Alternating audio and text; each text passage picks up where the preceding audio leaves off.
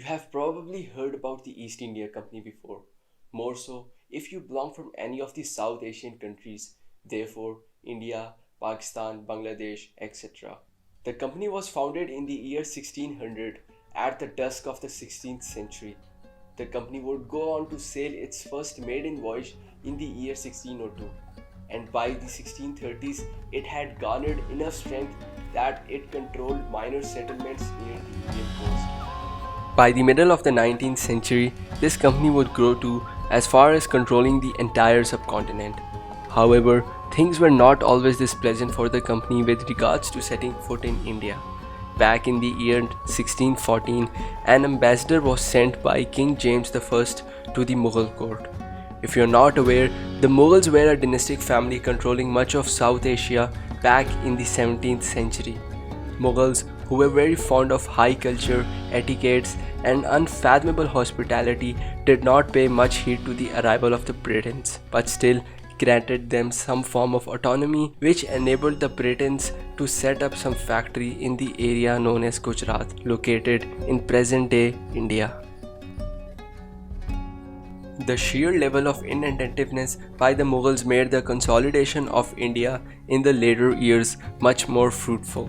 Staying in the shadows and seemingly having benign adventures helped the company fellows to lurk and effectively grow without stirring much despair in the mind of the local rulers. The East India Company was a normal capitalist company like today's Apple or let's say Google. It too had shareholders, and therefore its sole purpose was to please its shareholders and maximize profit without giving any thought to the morality and how it achieved its goals.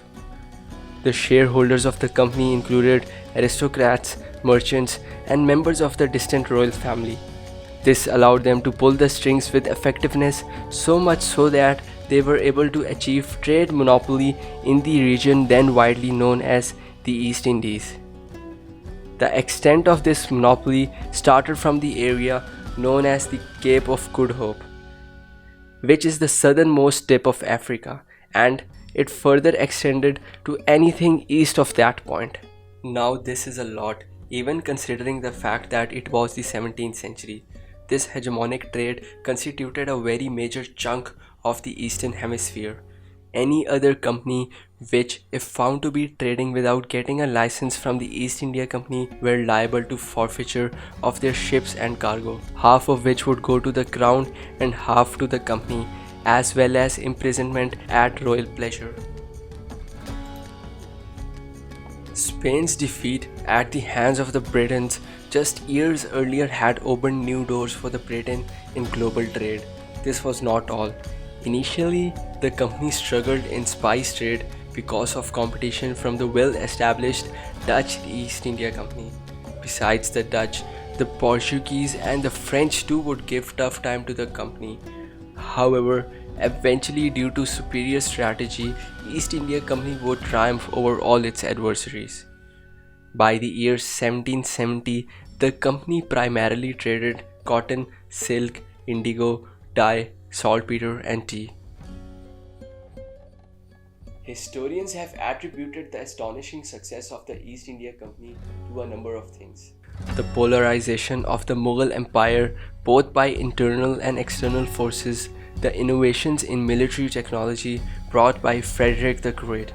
Moreover, changes in European governance, taxes, and banking enabled the company to quickly raise mass amounts of sums whenever required, all while the East was completely alien to these forms of banking and transactions. The company at the crown had a very special relationship. The company generated vast amount of wealth and made the country of England much richer. This essentially gave them a hegemonic clean sheet. All the moral impeachments were overlooked by the English state. Over time, the influence of the company had grown to such an extent that they were able to buy off MPs to serve their purposes. Due to this reason alone, the English foreign policy and the East India Company's hegemonic coercive policies became very much coherent. Maybe that's why many of the historians are of the opinion that the term corporate lobbying was probably invented by the East India Company. In 1639, the East India Company would be found guilty of using its profits to buy off parliamentarians. This would lead to an investigation, which was probably the first ever corporate lobbying scandal. In 1765, when the company had in a way successfully strangulated the Mughal rule and forced the then Mughal emperor into indirect submission, a treaty was signed which essentially dissolved the Mughal power. That so-called treaty is historically said to be the property of the East India Company, even though the English state had provided a lot of expenditure and sponsored naval and military operations. Besides the colonial adventures of the company in India, the company had notoriously been hammered for its slave trade, which frankly speaking was a very common thing at that time. The company ended its slave trade in the year 1834, at a time when its position had become much weaker globally. With countless expeditions across Asia, which led to an innumerable loss of life, East India Company has forever etched its position in the annals of history as the pinnacle of notoriety. The Great Famine of Bengal, which happened in the year 1770, affecting about 30 million people, can be directly attributed to the policies of the company men.